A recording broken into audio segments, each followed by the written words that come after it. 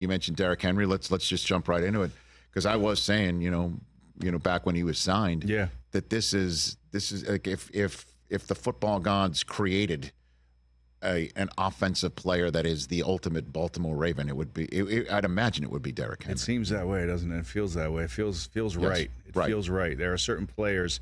I think Roquan, from a defensive perspective, felt the same way. Right, just felt right.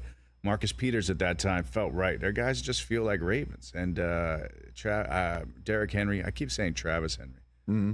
Rocco's always giving me a hard time because I'm telling him I'm old. Sometimes I just make mistakes. Nice, that's right. Yeah, but Derrick Henry is going to be a great fit. So, yeah, I'm psyched. In fact, sadly, after the AFC Championship loss, Rocco, before we got back to New York, was just jotting down at my dad's house some notes. He said, Dad, here's what I think the Ravens should do. Mm-hmm. We were all obviously upset.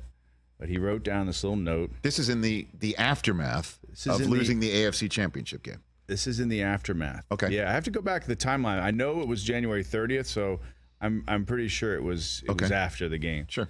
But he said, "Hey, can you send this to Eric for me? Can you text it to Eric DeCosta for me?" So I said, "Sure." I said, "I'll tell you what." I said, Derrick Henry for a 4th-round pick. Mm-hmm. That's what he said. That was his idea back January 30th. There it is. There's the actual proof. Is that on a good old piece of oak tag or something like that? Like that this looks like. Why is it like folding up? I don't know. And Rocco, is that your handwriting or my handwriting? I think he's right. He's right next to Brockman right now. I don't know. No, that's Pop Al's. Huh? It is? I don't know. Maybe mine. Okay. We're looking through my baseball cards over here. Okay. Don't worry about it. See, Uncle Brockman's on the case. Dad. Okay. We're good. All right. He's looking through baseball cards while Dad chit-chats. Yeah. So, and you did, in fact, send that to the general manager of the Baltimore Ravens? Just put the smile on your face, and he said it does. And then when we actually, signed him as a free agent, you didn't have to send him anything. We didn't have to give anything away.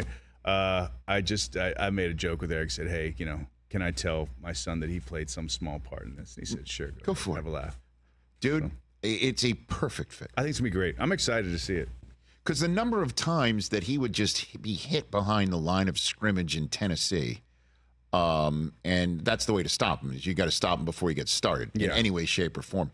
I think there'll be fewer times in which he will have that behind an offensive line like this and a quarterback that if there's going to be any mesh point stuff between the two of them and you don't know who's got it. No, it's going to be tough. Tough poison. Or are they going to put, this is fascinating to me, are they going to put Lamar under center a little bit more? Interesting. And get the head of steam going in a way that we haven't seen. I can't wait because to see it's it. Derrick Henry. You know what I'm saying? Excited about it. No, you're getting me excited. I was saying, I really, you know this, but like after a loss, like I don't read anything, I don't watch anything for like and after the championship loss, I definitely checked out for a little bit. Your own darkness retreat? You went in your own little darkness retreat? I went to darkness retreat, which happens quite often. And I'm pretty serious about it. And I'm the exact opposite when we win. And I can't read enough, can't watch enough. Yes. I'm up till 3 a.m. reading, watching everything. So, right. So I've just started to kind of come back into the fold of getting my mind set, getting ready for the draft. And certainly the Henry news was very exciting last month. Yeah, that is as good as it gets in terms of a signing. Great. And then in terms of the amount of money that they coughed up, if that is of any concern to anybody else, because you're trying to build a roster together. And, the loss of Patrick Queen, though, to the Steelers had to be an unkind blow that one, as well, that happened at around the same time as the Henrys. So it definitely was bittersweet, that part, because I love Patrick Queen. And, he was having such a great year. I know a lot of people are saying, well, Roquan, once Roquan came, it elevated him, made him a lot better. Right. And I think that's true, like any great player will. But Patrick Queen was having an incredible season before Roquan came. He was really stepping up his game.